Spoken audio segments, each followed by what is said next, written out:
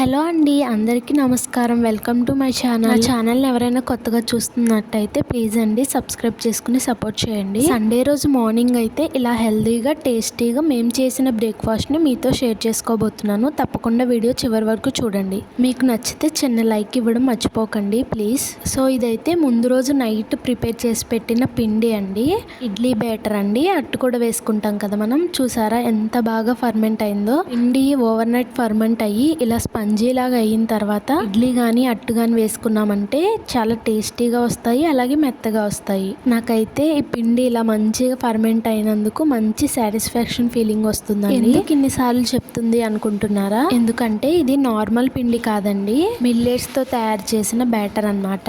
Millets తో పిండి ready చేసుకున్నప్పుడు ఎక్కువ ఫర్మెంట్ అయిపోతుందండి. అప్పుడు టేస్ట్ బాగోదు, వాసన బాగోదు. అలాగే ఒక్కోసారి అస్సలు ఫర్మెంట్ అవదండి. అప్పుడు ఇడ్లీలు కానీ అట్లు కానీ బాగా రావు. సో కొన్ని జాగ్రత్తలు తీసుకొని అయితే మంచిగా ఫర్మెంట్ చేసుకోవాలి. మనం ఇడ్లీ వేసుకునే ముందు ఇలా ప్లేట్లకు కొంచెం ఆయిలింగ్ చేసుకున్నామంటే కొంచెం కూడా అంటుకోదండి పిండి. ఇడ్లీలు చూడడానికి బాగా వస్తాయి, అలాగే మనం ప్లేట్లు కడిగేటప్పుడు చాలా ఈజీగా వాష్ చేసేసుకోవచ్చు. సో నేను ఈ బ్యాటర్ ఎలా ప్రిపేర్ చేశాను అనేది వీడియో అయితే తీసుకోలేదండి. ఎవరికైనా యూజ్ అవుతుంది, అవసరం అనుకుంటే ప్లీజ్ అండి ఒక కామెంట్ చేయండి. నేను నెక్స్ట్ టైం అయితే వీడియో షూట్ చేసుకుని తప్పకుండా పోస్ట్ చేస్తాను.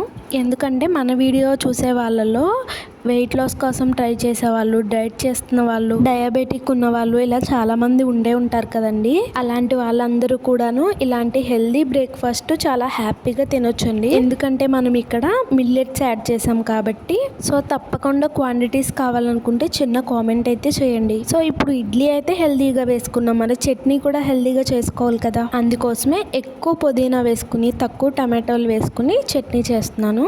సో ప్యాన్ వేడెక్కిన తర్వాత కొంచెం ఆయిల్ అయితే వేసుకుంటున్నానండి. ప్యాన్ హీట్ ఎక్కిన తర్వాత కొన్ని పల్లీలు, పచ్చి శనగపప్పు వేసుకున్నాను. మీరు కావాలంటే ఇవేమీ యాడ్ చేసుకోకుండా కూడా చేసుకోవచ్చు, అదొక రకమైన ఫ్లేవర్ ఇస్తుంది.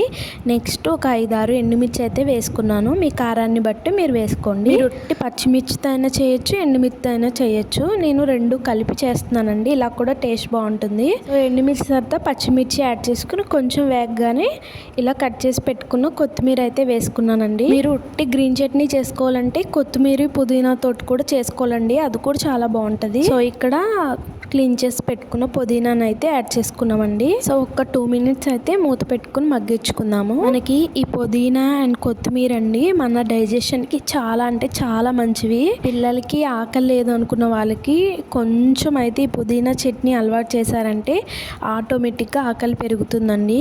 సో ఇక్కడ మన ఇడ్లీ అయితే వేడిగా రెడీ అయిపోయిందండి ఒక పక్కన.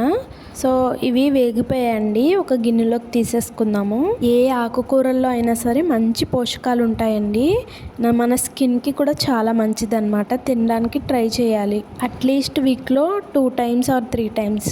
అదే పాన్లో కొంచెం ఆయిల్ అయితే వేసుకున్నాను. వేసుకొని ఇప్పుడు ఒక 4 టమాటోస్ మాత్రమేనండి కట్ చేసి వేసుకుంటున్నాను. ఎందుకంటే టమాటో ఫ్లేవర్ పుదీనాని డామినేట్ చేయకూడదని చెప్పి ఇక్కడ సాల్ట్ వేసుకున్నాను, కాస్త పసుపు కూడా వేసుకుని ఇవి వేయించుకుంటున్నాను. మనం టమాటో పచ్చడి చేసుకున్నప్పుడు కొంచెం పుదీనా యాడ్ చేసుకోవచ్చండి. ఇక్కడ నేను మెయిన్ పుదీనా చట్నీలానే చేసుకున్నా కాబట్టి టమాటోస్ తక్కువ వేసుకున్నాను అనమాట.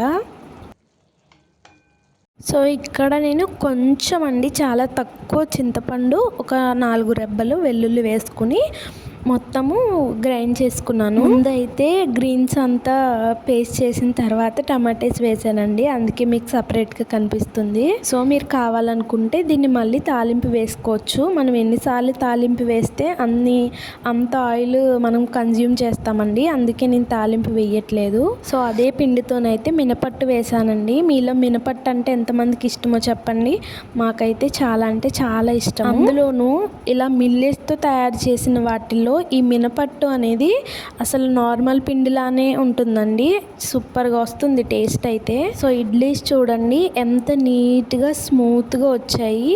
వీక్ అంతా మనము హెల్దీ ఫుడ్ అని చెప్పి బ్రేక్ఫాస్ట్ అది ప్రిపేర్ చేసుకోం కదండి. సో ఈరోజు మంచిగా మా హస్బెండ్కి అయితే బ్రేక్ఫాస్ట్ అలా కొంచెం హెల్దీగా టేస్టీగా ప్రిపేర్ చేసి పెడుతున్నాను. వీక్ మొత్తం డైట్ చేయడానికి ఇది ఒక బూస్టింగ్ లాగా అనుకోండి. ఇది పప్పుల పొడి అనమాట. ఇందులో నెయ్యి వేసుకొని తింటే అసలు చాలా అంటే చాలా టేస్టీగా ఉంటుందండి. ఈ మధ్య బయట హోటల్స్లోనూ చిట్టి ఇడ్లీలని గీ ఇడ్లీ అని ఇలా రకరకాలు వస్తున్నాయి కదండి. అవన్నీ మనము ఇంట్లో కూడా చేసుకొని తినొచ్చు. కానీ ఎంత తిన్నా అక్కడ తిన్న టేస్ట్ అయితే మనకి రాదు కదా. వాళ్ళు ఏం వేస్తారో ఏంటో. సో ఇక్కడైతే మినపట్టు, ఇడ్లీ, గీ, పప్పుల పొడి, అలాగే చట్నీ చూస్తుంటేనే నోరుడుతుంది కదండి. యమ్మీ అండ్ హెల్దీ బ్రేక్ఫాస్ట్ రెడీ అయిపోయింది. తినేద్దాం రండి. సో బయట అయితే ఇలా సర్వ్ చేస్తారంట. మా హస్బెండ్ చూడండి పప్పుల పొడి వేసుకొని ఇడ్లీ మొత్తం దాని మీద నెయ్యి వేసుకొని తింటున్నారు. సూపర్గా ఉందంట. సో నేను ప్రిపేర్ చేసిన మిల్లెట్ ఇడ్లీ, అట్టు, చట్నీ మీకు ఎలా అనిపించింది? చిన్న లైక్ చేసి సబ్స్క్రైబ్ చేసుకోండి.